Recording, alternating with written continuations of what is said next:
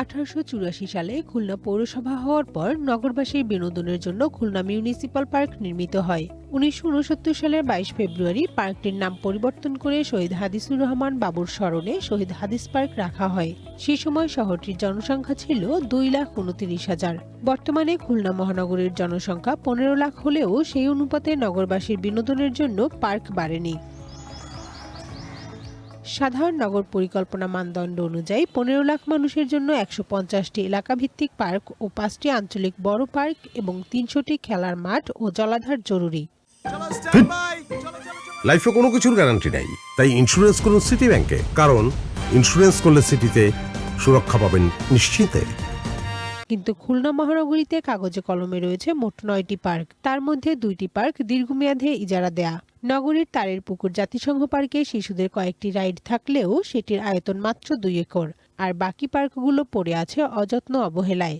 পার্কগুলো এখন না বাচ্চাদের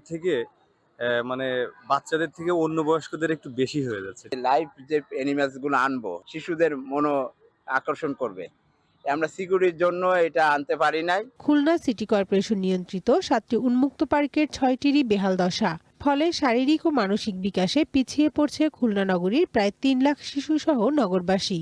শিশুদের মানসিক বিকাশ এবং বয়স্ক মানুষদের শারীরিক কথা চিন্তা করে যে কাজগুলো করা দরকার, সেক্ষেত্রে কেডিএর এ বিষয়ে কোনো পরিকল্পনা নাই। নিরালা পার্কে দেখা যায় পুরো পার্ক জুড়ে 4টি দোলনা থাকলেও অপরিচ্ছন্ন পরিবেশ।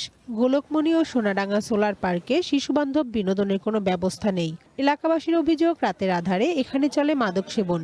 রাত হলে অনেক সময় বিভিন্ন বাজে ছেলেপেলেরা নেশা করে গাঁজা টাজা খায়, কিন্তু আমরা তো বলতে সাহস পাই না। বিভিন্ন ছেলেপেলেরা একটু গাঁজা টাজা টানে। নেক্সট আপকামিং যে জেনারেশন, এটার জন্য খুবই খারাপ দিক, এটার জন্য অবশ্যই পদক্ষেপ নিতে হবে। খালিশপুর শিশু পার্কটি ইজারা দেওয়া হয়েছে, যেখানে প্রবেশ মূল্য ও রাইড ফি নিম্নবিত্ত পরিবারের নাগালের বাইরে।